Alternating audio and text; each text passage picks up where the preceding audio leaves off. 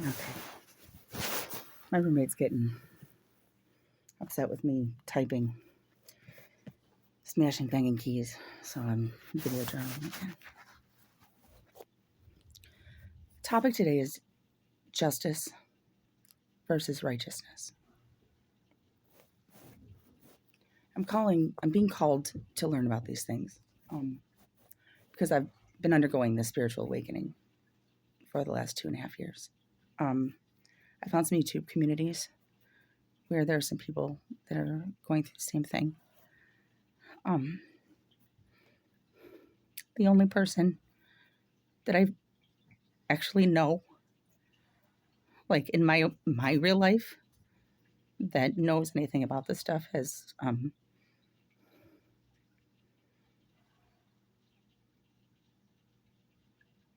I don't know. I'm not going to speak on that because I really don't know. I really don't know. I've made a lot of accusations. I've made a lot of assumptions.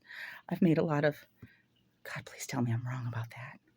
Please tell me that somewhere there's a sneaky thing going on, that some script is going to flip and there's going to be like plot twist,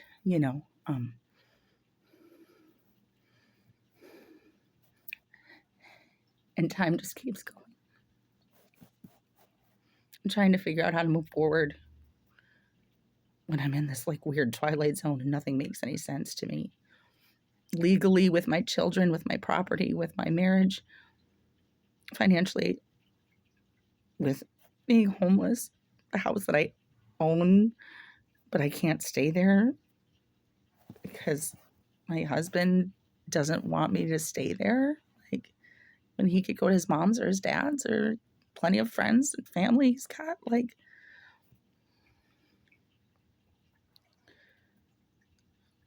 and I get it. I'm holding on by a thread.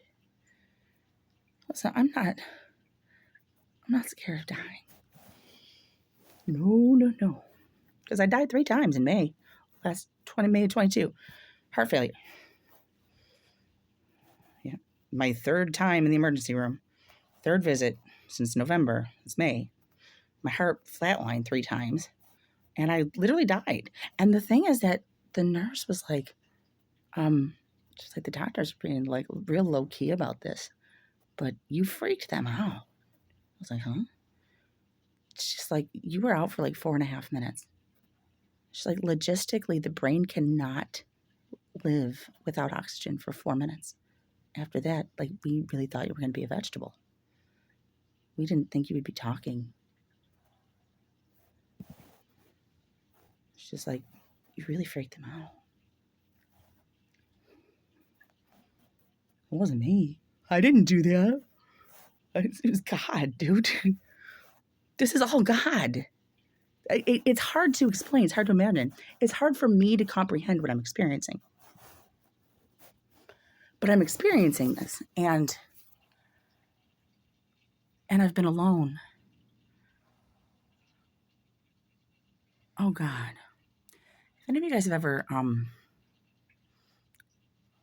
Adam got me listening to Teal Swan. I didn't know anything about her for a long time. I'm surprised. She's been around for a while. And he just started showing me her videos like six months to a year ago. Because Adam's been my only friend for the last almost 2.5 years. Closer to 3 now. And she talks about how when you are spiritually awake, you know what's happening to you. You know what they're doing to you. You know the mind control. You know the mind games, the psychological manipulations. You know the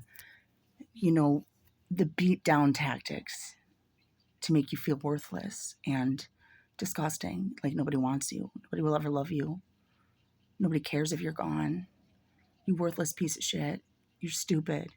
You know what's happening to you. So you're like, that's not going to work. I know what you're doing. But then there's this other part of you that is like, holy fuck, is this my reality right now? not only is this my reality, but I'm going through this weird spiritual awakening thing that I know nothing about. And I've been going to church for 14 years, on and off. I am alone. There is not a soul in this world that understands me.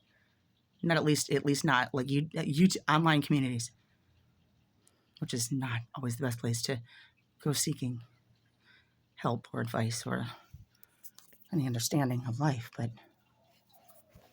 so God's been bringing me. It's like, okay, walk through the test, sit and wonder what the hell was that for quite some time. And when the time is right, I'll tell you what the test was, and you'll know right away how you did on it. Because it's not all a test. It's not all a test, but some of it is. Like integrity. Once you know the difference between right and wrong, are you going to choose right? Are you going to practice what you preach? If you say that you believe that love is the only thing that has any power to heal, if you say you really believe that, and this is what I was explaining to my friend's daughter, when you know, and I know I've been really blessed in my life, really blessed, because God has always put people in my life to guide and guard me. And when there hasn't been people, he has been there himself. And convictions, yes, I get convicted a lot of because I'm fucking nuts. And sometimes, like you just flew off a handle at somebody and they didn't deserve that. That's projection. Now that I know how to psychoanalyze myself and be like, oh, I just projected this stuff onto Adam. And that was really a conversation that I had with my stepdad when I was like 7 years old, and Adam didn't deserve that. Like, so now I have to go back and apologize to Adam because God is going to take this. He's going to send my daughter to me with my own words, and she's not going to know what's going on. And I'm going to know exactly what's going on because I'm going to be like, oh God, that's me. Let me go and apologize and fix that now. Before I go to the altar, I'm sorry. I just took something out on you and projected some imagery, some things, some judgments that I made against men because of some ways that I was treated like I was stupid. Because I was a girl and I wasn't taught certain things that my brother was taught, or given certain opportunities that my brother was given because he was a boy and he was my father's child, my stepdad's child. And we were unwanted, apparently. But then, ultimately, it turned out to be that it was just me that wasn't wanted. Because my sister and my brother made it back to the house all the time. They had my graduation party without me. I mean, this is stuff I've been moping about and crying about for years and years and years. It's not me anymore. I'm not a victim.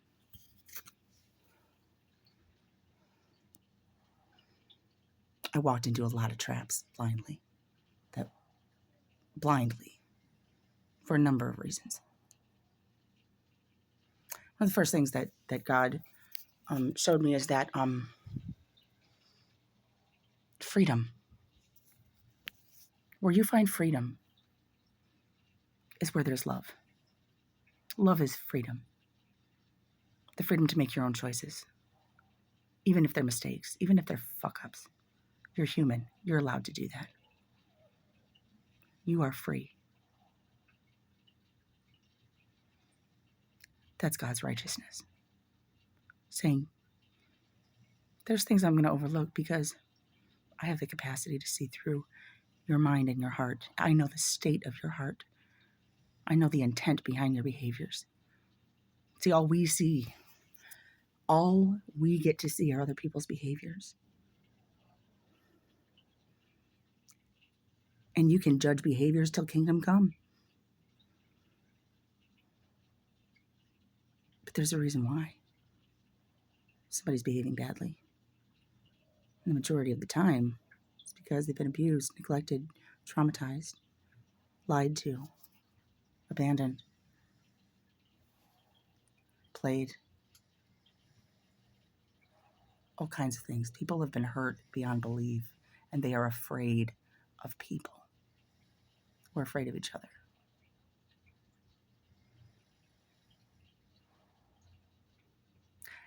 And what we learn is that fear and love cannot exist in the same place. Because love is freedom. Fear makes you hold back. Fear makes you not give away. Fear makes you hold things to yourself. Hold to yourself. Love is here. I can give you this because I have it. And if I run out, then either we're not eating tonight or God's going to provide, which is what I have always seen God provide. I've never seen the righteous forsaken or a seed beg for bread. And that doesn't mean I haven't been homeless or hungry.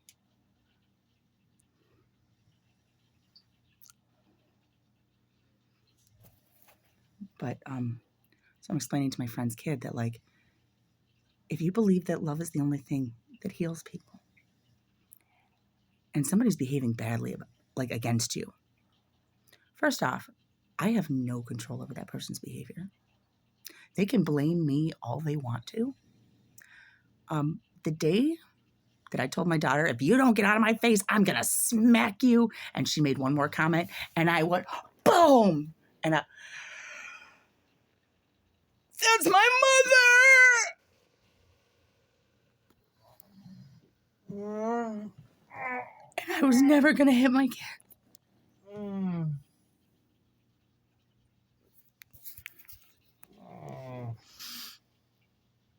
But in that instant, I knew. I said, child, I'm so sorry. See, because our parents acted like that's discipline. That's how you discipline a child, and you don't ask any questions. You just do what you do because you're the adult and you're the parent, and they don't need to know anything. You don't need to answer them. They don't need an explanation. They don't need anything. You're the parent. And I'm like, that's not okay. That was never okay for me. And it was never okay for me to sit and watch my sister get the shit beat out of her from my parents and be helpless. And be a helpless fucking toddler child that couldn't do anything to help her.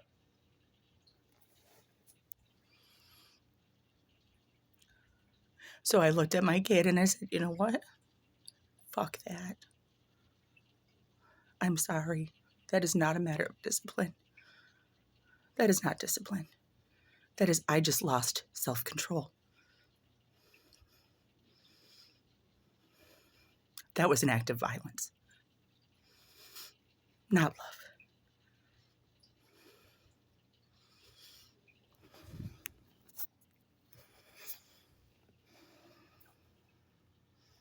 And that felt good. Because eventually down the road, I'm like, dude, you never held that against me. Like, I hurt you. He just scared you. Like, he just made you feel scared because he was being goofy and didn't realize that you guys were not on the same channel. You were misunderstanding each other. He was playing, you were not, and the two of you did not understand the other person's point of view. That was a miscommunication. You just got scared. I actually hit you.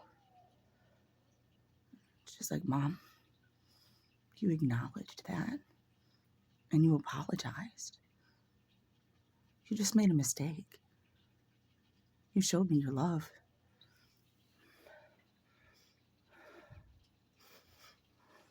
It matters. It matters a lot.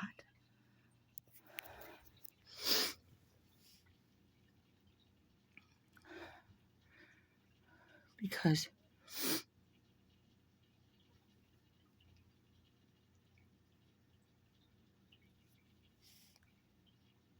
there shouldn't be acts of violence between people that love each other.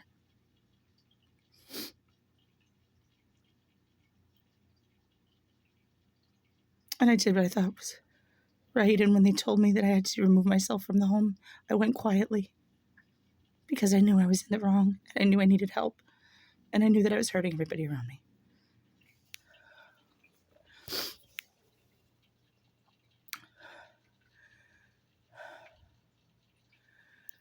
See, people, you don't see those things in people's behavior.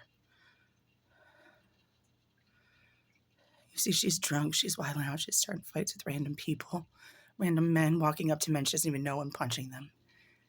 That girl's wild, fucking wild drunk. She's out of control. I know I make all these comments about sex, drugs, rock and roll, whatever. People think, like, I don't know what people think. Like, yeah, when I told my husband I wasn't coming back to him after this outlandish mess, I had some adult fun. Adult. He took my kids, my job, my school, my home, my marriage, everything. So you know what? I struggled. I lived 8 places in 4 months. Anyway, this whole thing is not about me. I've made a lot of this about me. And shut the fuck up. I heard this like 2,000 times today. Shut the fuck up. Be fucking useful. Get the fuck out. Because this is what you end up with when you don't love yourself. Or you don't respect yourself. Or... yeah, you don't love yourself, do you? You sound like a fucking broken record. Or you learn some really hard lessons. It's just how you're fucking please, yeah.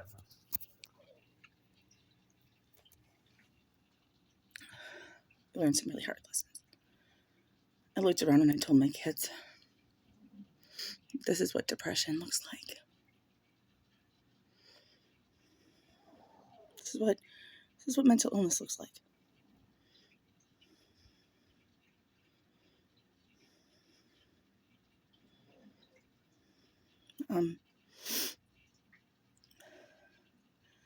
The problem is that mental health it's intangible. All you see are symptoms and behaviors.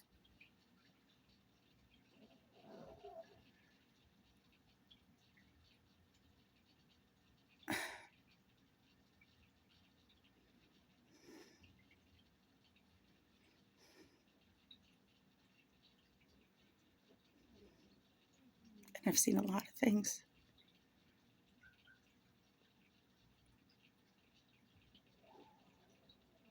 I've gone to counseling for years on and off. I've gone to church for years on and off. I've gone to... oh, shut up. Go the fuck away.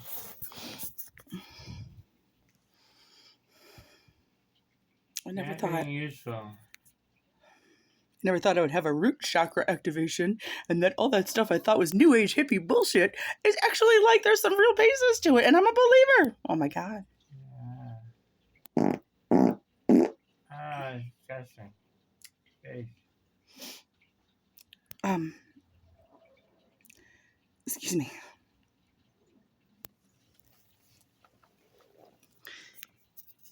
But nowadays everybody's a mental health counselor.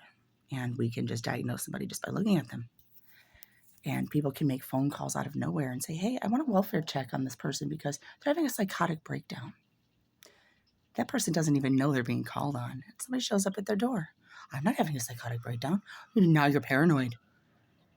Huh? No, you're in denial. And you get dragged off and admitted to a psychiatric ward. And they can write whatever they want on those papers. There's no advocacy. So people, now I have, I went to Buff State for education, took courses in special education, psychology, got admitted to the occupational therapy assistant program at UCC North. Most of my educational background has been on child and human development for occupational therapy, mental health and disabilities, how to assist and advocate for people who live with these conditions, how to enrich their lives and be a voice for them. Also, the advocacy is, they train you because you're a mandated reporter once you work with sensitive populations. And of course, the people who called in and made 5 CPS reports on me knew that they would affect my ability to have a career with working with people with special sensitive populations. When they didn't care about that when they said that I tried to light my child on fire as punishment for eating too many marshmallows on the stove, naked, my 4-year-old. How you doing? Was I an alcoholic? Yeah. Can you shut up yet? Fucking what? Did I deserve that? No.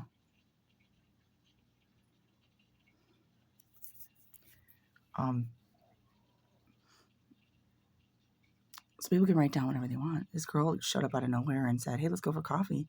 I haven't spoken to any of my friends or family in months. After doing some research, I never checked my call forwarding because I never use call forwarding. On a whim, one day I looked at my call forwarding and all my calls were being sent to a number in Turkey. All my accounts were being hacked into. My bank account, my personal account, was overdrawn $400. $400 was stolen from me. And then my husband closed our joint accounts like the same week. I had no money.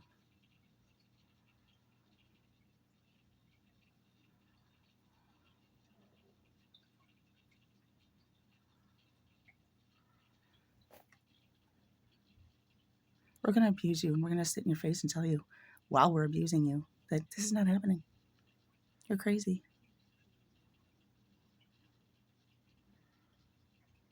The problem with that is that I know I'm not. The problem with that is I know what's happening to me. The problem with that is that there's a lot of people who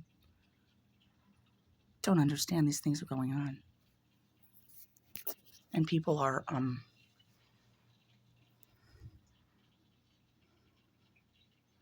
being written off and dismissed so that they can disappear easier. So they could think a lot less of themselves and think that they're not worthy of anything. Next thing you know, they're depressed and hooked on drugs. And you know the story.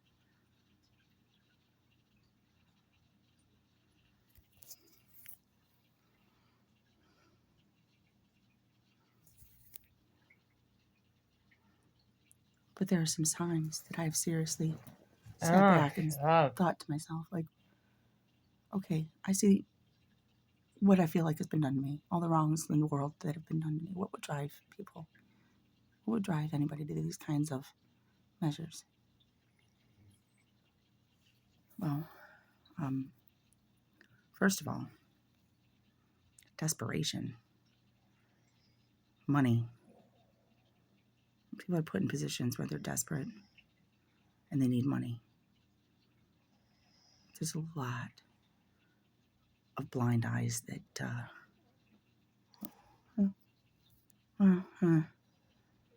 if somebody were terminally ill and couldn't pay their bills or their mortgage or their medical bills,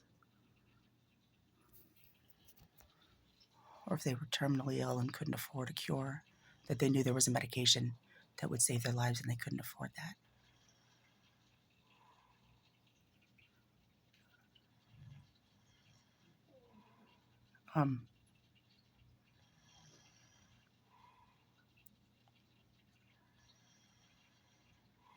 Here's one.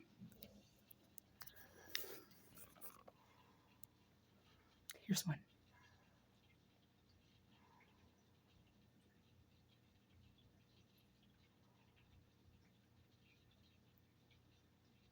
So this dude is just like bragging on about, I'm a genius. I'm a genius. My IQ scores up. So look at these school reports from this man, grown man, from his childhood. Genius. IQ scores through the roof. He's not kidding in every aspect. math, English, science, history. Like, holy shit. Wow, I've never seen numbers this high, dude. Wow. But there's also some notations regarding performance in school. And we're failing our classes. And there's a notation about now this said it was 5th grade. I tried to do the math, 5th grade, because this was highlighted to me. Like, look at that right there. It's my education coming out. Look at that. 10-year-old in 5th grade. Highest numbers I've ever seen in my life as far as IQ scores and standardized testing scores. 5th grade, 10 years old. Struggles to formulate sentences and speech. Stutters. First off, there wouldn't have needed to be noted in a report in 5th grade if that were something he was born with. That would have been something that would have been caught if you were born with it. They would have noticed that real quick, because kids start learning how to talk when they're like 2 and 3. Okay. Mother leaves. Child is not affected by her return, her absence or her return. That's the only thing that's noted. It says nothing else. That. Somebody knew enough to note that, but it doesn't, there's no conclusion. It just says that. Shut up. You're annoying. Anybody that knows anything about parenting styles Shut up. knows that that is neglect. Shut up. Fucking tired of hearing you. I'm talking about mental health and why this matters to me and to people I love and care about. Child does not respond to the absence or presence of his mother. Ever have a kid with separation anxiety? Or mom comes back in the room like, hey, mommy, look what I did. That child has no attachment to that mother. He doesn't cower. He doesn't run away from her. He doesn't ignore her. But he's not affected by the fact that she comes or goes. That's neglect. Probably abuse. That's not drawn. No conclusions are drawn there. Missing a lot of school because of asthma attacks, hospital stuff. Just like a sudden onset.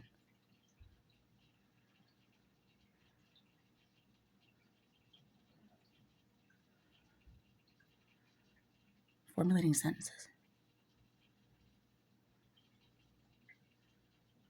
That's brain damage. The areas of your brain that control speech and language, comprehension as well as speaking, understanding, learning. Those are on the left side. The Broca's and the Wernicke's areas of the brain.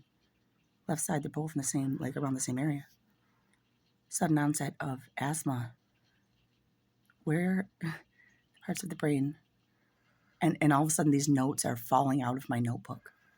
Literally, notes are falling out of my notebook regarding the parts of the brain that control production of hormones such as serotonin and dopamine.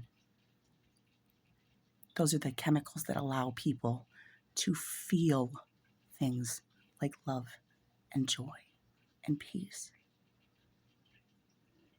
Those are most addictions are because of brain chemicals. Shut up and go away. I will. You know what? Because I'm going to